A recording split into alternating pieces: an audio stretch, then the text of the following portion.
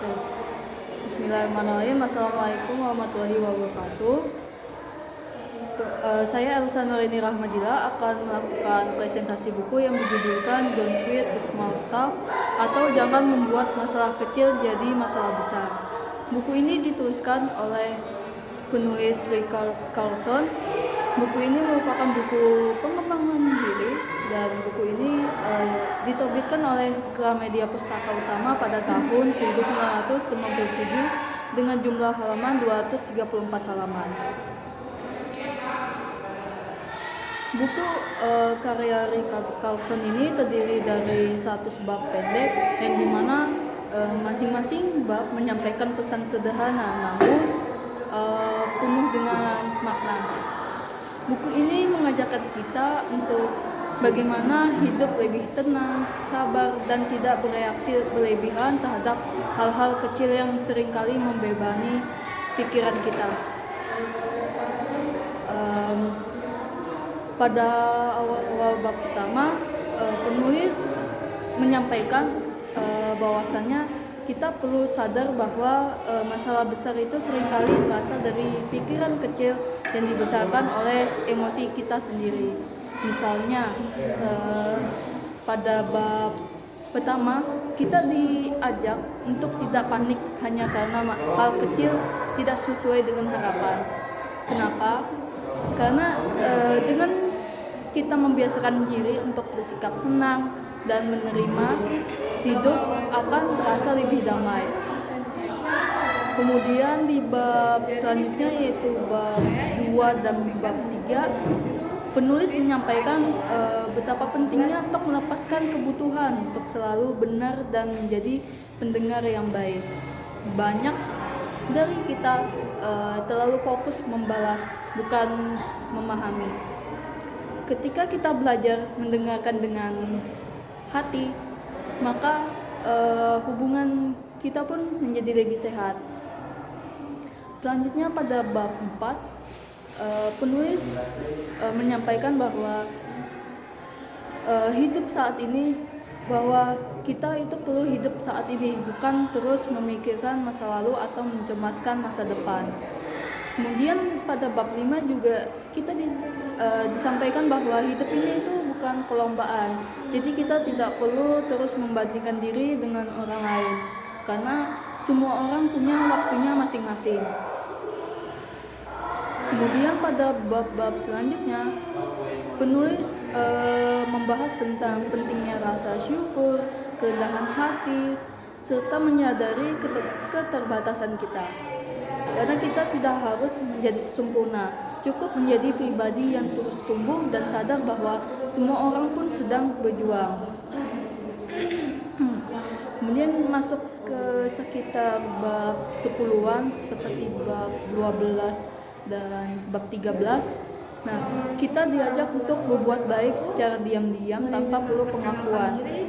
Kebaikan yang dilakukan dengan ikhlas itu justru lebih membekas dan bisa menyelamatkan hari seseorang. Kemudian bab 14 hingga bab 20, penulis menyampaikan bahwa pentingnya untuk menghargai waktu dan memperlambat langkah. Karena kita seringkali merasa sok sibuk, padahal bisa saja kita sendiri yang menciptakan kesibukan itu karena kita tidak bisa menata prioritas. Kemudian bab 21 hingga bab 30, penulis menyampaikan bahwa cara menghadapi kekacauan dan kesalahan hidup daripada menyalahkan diri sendiri atau orang lain, kita diminta untuk menerima keadaan dan belajar dari sebuah proses. Salah satunya adalah melatih empati dan tidak buru-buru menilai orang lain. Kemudian lanjut pada bab 31 hingga bab 40, penulis menyampaikan bagaimana kita bisa tetap tenang dalam menghadapi orang yang sulit. Kita tidak perlu untuk membalas kekesalan dengan kekesalan. Terkadang sikap kita sendiri yang damai itu bisa menjadi cara yang paling ampuh dari provokasi. Kemudian bab 41 hingga bab 50, penulis menyampaikan tentang kasih sayang dan perhatian dalam hubungan, baik kepada keluarga, teman, atau bahkan orang asing. Seringkali kita lupa bahwa hal kecil seperti tersenyum, menyapa, atau bantuan ringan itu bisa memberikan dampak besar bagi orang lain. Nah, kemudian pada bab 51 hingga bab 60, penulis menyampaikan bahwa pentingnya untuk berhenti mengeluh dan membiarkan orang lain bersinar, melihat sisi baik dari setiap situasi, termasuk dalam menghadapi kritik dan ketidaknyamanan. Nah, kita diajak untuk lebih bijak dalam merespon. Kemudian pada bab 61 hingga bab 70, penulis menyampaikan bahwa untuk tidak menganggap semua hal harus sempurna atau sesuai dengan keinginan kita. Karena kita perlu menerima bahwa hidup itu tak bisa kita kendalikan sepenuhnya. Justru dengan menerima ketidaksempurnaan kita lebih mudah merasa bahagia. Nah, kemudian pada bab 71 hingga bab 80, penulis membahas tentang mengurangi ego dalam diri kita dan tidak bersifat dramatis terhadap hal-hal kecil. Misalnya ketika ada antrian panjang atau orang lain lambat respon atau cuaca tak mendukung. Nah, semua itu bukan bencana, tetapi adalah suatu rencana apakah kita akan marah atau akan tetap tenang.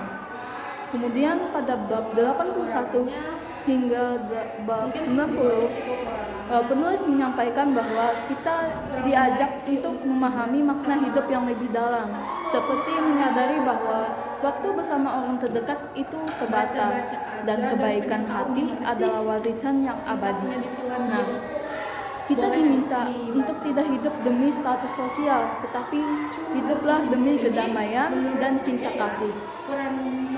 Terakhir, pada bab 91 hingga bab 100, penulis mengajak kita untuk mengisi hidup dengan kasih sayang, menerima dan memilih untuk bersikap damai, karena kita tidak akan bisa menyenangkan semua orang,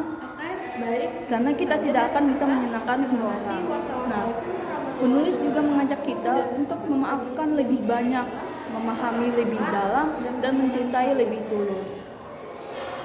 Baik, secara keseluruhan dari bab 1 hingga bab 100 ini, buku ini benar-benar mengajak kita untuk berubah dari dalam diri kita, bukan dengan cara yang rumit, tapi dengan kesadaran diri kita yang terus dilatih. Kita tidak harus menjadi orang yang paling sempurna atau paling kuat, tetapi cukup menjadi orang yang sadar, lembut, dan tidak membiarkan masalah kecil merusak ketenangan hati. Selanjutnya saya akan membahas kelebihan dan kekurangan dari buku ini. Kelebihan pada buku ini, pertama, bahasa sederhana dan mudah dimengerti. Ini cocok untuk semua kalangan, bahkan yang belum terbiasa membaca buku pengembangan diri. Kedua, babnya yang pendek dan langsung ke to the point. Jadi cuman ada 1-2 halaman per bab, itu nggak bikin kita lelah atau bosan, sehingga ini praktis untuk dibaca sedikit demi sedikit setiap hari. Ketiga, isi yang relevan dengan kehidupan sehari-hari.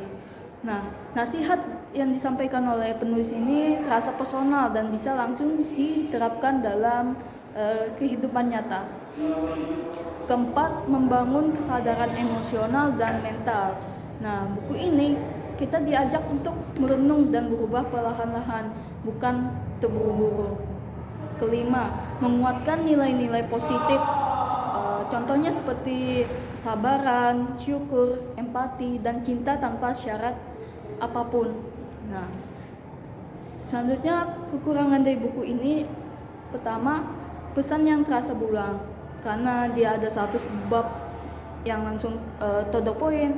Terkadang beberapa pesan itu terdengar mirip meski ada pendekatan yang berbeda. Kedua, kurang mendalam untuk pembaca berpengalaman. Bagi yang sudah sering membaca buku motivasi atau filsafat hidup, buku ini masih terlalu sederhana untuk dibaca. Ketiga, tidak terlalu cocok bagi yang sedang mencari solusi yang praktis dan secara teknis. Nah, buku ini lebih ke arah pembentukan mindset, bukan strategi untuk menyelesaikan masalah yang spesifik. Baik, saya merekomendasikan buku ini kepada semua kalangan, baik itu pelajar, mahasiswa, atau orang yang sedang mencari ketenangan hidup, pekerja, atau orang yang sibuk yang bahkan tidak mempunyai waktu. Pokoknya siapa saja bisa membaca buku ini. Nah, itulah presentasi mengenai buku yang saya bawakan. Demikian yang saya sampaikan, saya akhiri. Wassalamualaikum warahmatullahi wabarakatuh.